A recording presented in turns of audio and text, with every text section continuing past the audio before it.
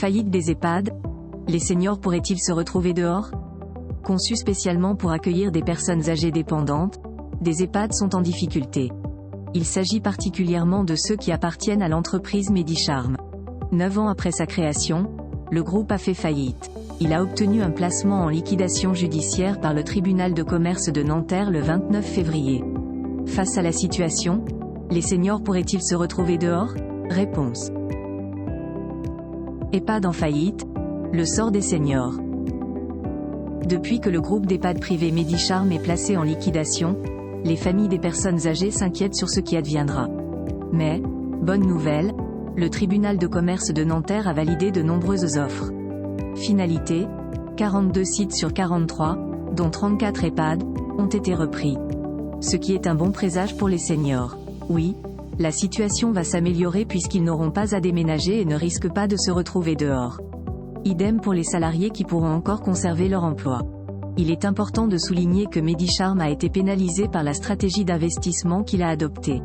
Cela consistait à revendre les chambres à la découpe à des investisseurs institutionnels et des particuliers. Qu'est-ce qui attend les repreneurs?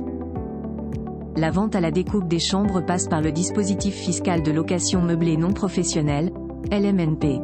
Bien que cette pratique soit populaire, elle présente des risques non négligeables pour les investisseurs. Lorsqu'elle est utilisée par les groupes d'EHPAD, la durée des baux fluctue entre 12 et 18 ans, ce qui peut empêcher de réaliser des projets de restructuration. Si l'établissement se détériore, l'investisseur risque de perdre la totalité de son capital.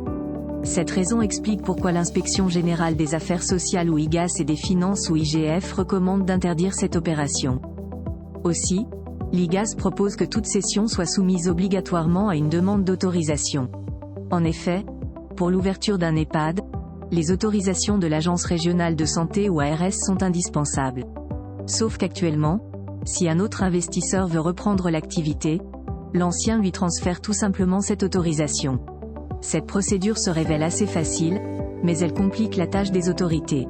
Ces dernières ne peuvent pas tracer les conséquences du changement sur les résidents.